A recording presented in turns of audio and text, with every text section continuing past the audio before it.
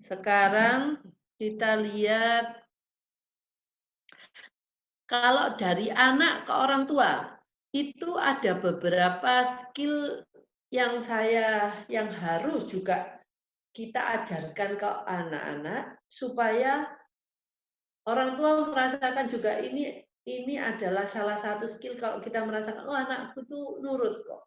Tapi skill-skill ini memang harus secara sengaja diajarkan, gitu ya.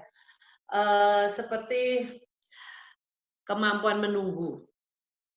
Kalau anak-anak kita bisa menunggu, walaupun itu cuma 3 detik, kita masih bisa punya kesempatan dalam 3 detik itu melakukan sesuatu.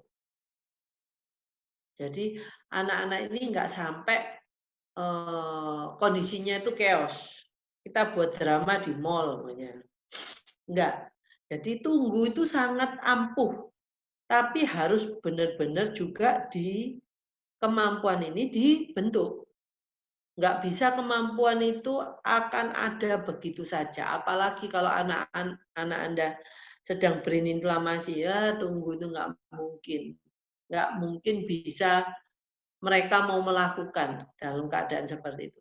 Penggantian, jadi anak ini harus punya bisa, kalau dia anak minta ke orang tua, dia minta, benda A, mungkin minta kereta api. Nah, atau mungkin kereta api sih boleh, mungkin minta suatu benda yang disukai lah, tapi kita memberikan satu benda yang lain. Nah, memang harga benda yang digantikan sama yang menggantikan ini mestinya harus sama harganya. Kalau nggak sama harganya mereka pasti marah. Nah, dia suka makan, roti, dikasihlah lemper. Padahal dia sukanya roti, mungkin nggak terlalu suka lemper. Kalau minta roti dikasih lemper ya pastinya dia sulit untuk menerima keadaan itu. Jadi kalau awalnya memang penggantian itu harganya harus sesuai, sama. Dia suka roti dan lemper. Jadi kalau umpamanya nggak ada roti, dikasih lemper pun oke. Nah, jadi anak-anak ini harus dibiasakan bahwa apa yang dia minta itu bisa digantikan dengan benda yang lain. Jadi, yang ketiga, anak bisa menerima kata tidak atau tidak boleh, jangan. Nah, ini yang ketiga ini paling sulit. Biasanya jangan lakukan ini kalau belum bisa melakukan menunggu penggantian. Biasanya begitu dia ngomong tidak, gitu anaknya langsung marah, gitu kan. Dia langsung teriak, ah, gitu. Nah, jadi ini urutannya seperti ini. Ajarkan menunggu, ajarkan bahwa apa permintaan anak diganti dengan harga yang sesuai. Setelah itu pelan-pelan dikurangi bahwa barang yang menggantikan itu harganya di bawah harga barang yang digantikan. Barang yang menggantikan itu harganya lebih kecil daripada barang yang digantikan. Beda aja dikit. Nah, karena dia sudah terbiasa, oh aku nggak bisa ini, aku dikasih ini, oke. Nah, kalau bedanya, kalau dia sudah lulus itu, Anda harga barang yang menggantikan itu direndahkan daripada harga barang yang mau diganti, itu biasanya anak-anak sudah cukup bisa menerima. Sampai akhirnya dia sampai akhirnya mungkin ya nggak ada lagi, akhirnya yaitu kata tidak. Saya nggak bisa memberikan kamu apa-apa. Kadang-kadang kan kita tuh bingung. Mau menggantikan sesuatu, apa kita mau setiap kali keluar rumah kita harus bawa sekeranjang mainan supaya dia nggak marah. Nah, target kita kan kalau untuk hal-hal situasi yang nggak memungkinkan buat kita untuk memberikan satu barang penggantinya, ya sudah, anak ini nggak apa-apa. Atau bisa juga anak ini bisa menunggu, nanti ya tunggu, di rumah baru ada. Tapi selama itu tidak. Nah, itu menunggunya jalan kan. Nah, kalau tidak itu mestinya gini, kita dalam kondisi mungkin di pesta perkawinan. Habis itu ada pisau di sana. Dia mau main-main pisau atau mau main-main dengan api.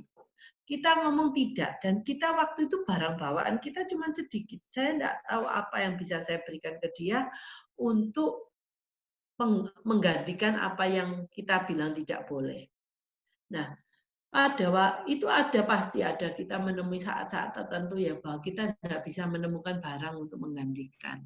Nah, anak ini harus bisa menerima kata tidak dan dia diam.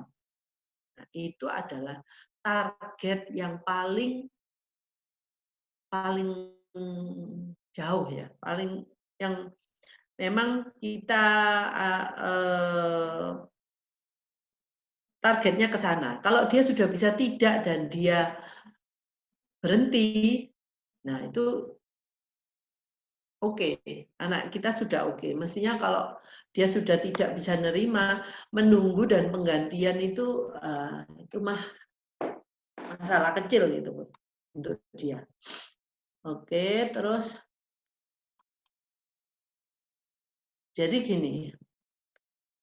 Tadi kan seperti instruksi ini loh, instruksi ini reward-nya ini cuma mau menerangkan ke ini loh. Reward-nya yang diberikan itu dari satu instruksi ke satu reward, ini beberapa instruksi baru dapat satu reward gitu.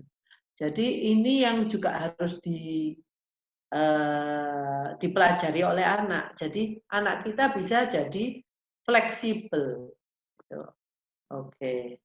Terus yang ini reward yang diberikan dalam bentuk benda yang disukai sampai kepujian. Nah, kita kan tidak berharap anak kita selalu rewardnya dalam bentuk benda. Yang memang kalau kita semakin besar, semakin kita punya pemikiran, pengertian yang tinggi, maka sebuah reward itu, sebuah pujian itu malah melebihi barang yang diberikan oleh melebihi barang yang biasanya reward yang berupa barang. Maka dari itu, target kita adalah anak kita memang mungkin sekarang butuh reward itu sebagai reward yang dalam bentuk benda.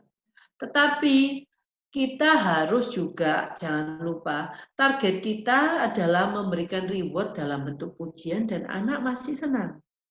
Nah, nanti kalau anaknya sudah lumayan Anda ngerti, oh pinter, dan pinternya dia itu kita sharekan ke orang lain. Mungkin kita ngomong, loh lihat loh Pak, ini anaknya sekarang pinter loh. Jadi dia lebih merasakan, oh pinter itu bukan cuma yang ngasih, yang acknowledge itu cuman yang tahu tuh cuma satu, mama saya.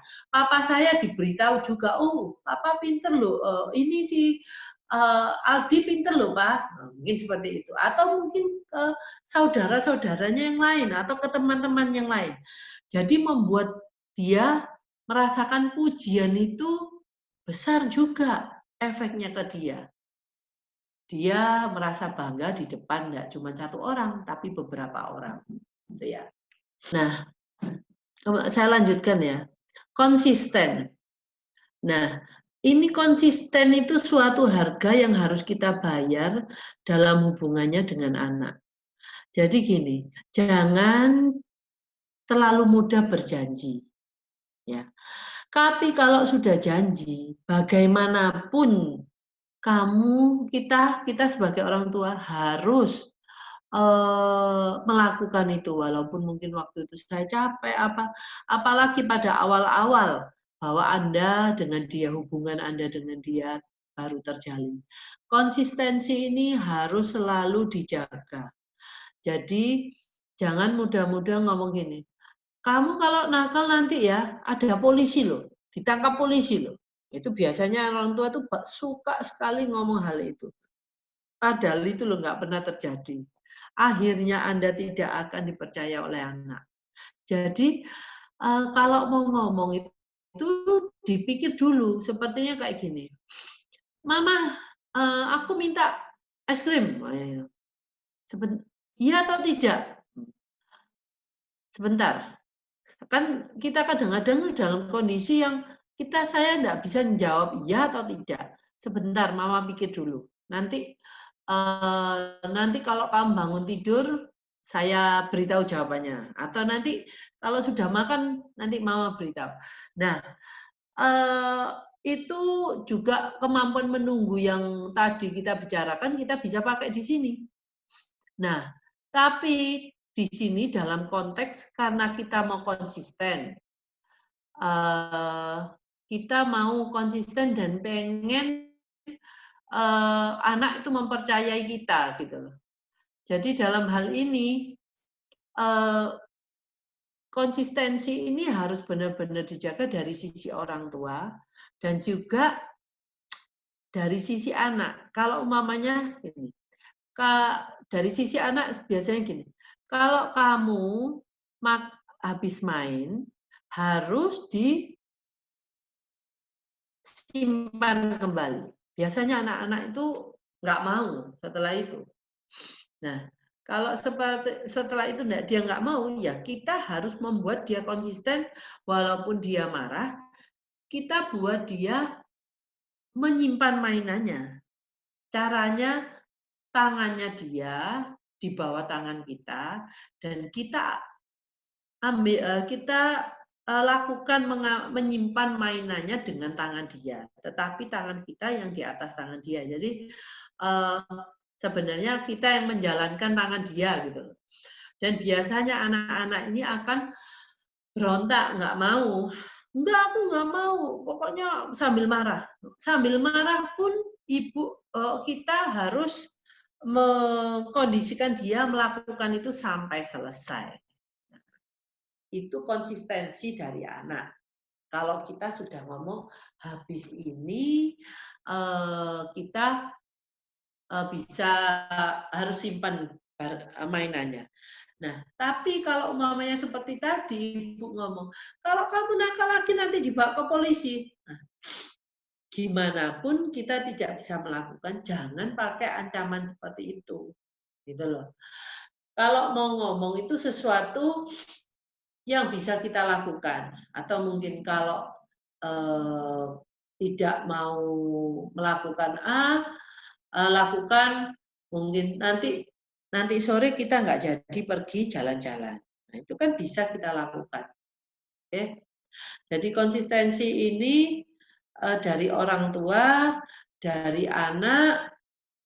Kalau kita konsisten, anak juga akan belajar konsisten. Oke.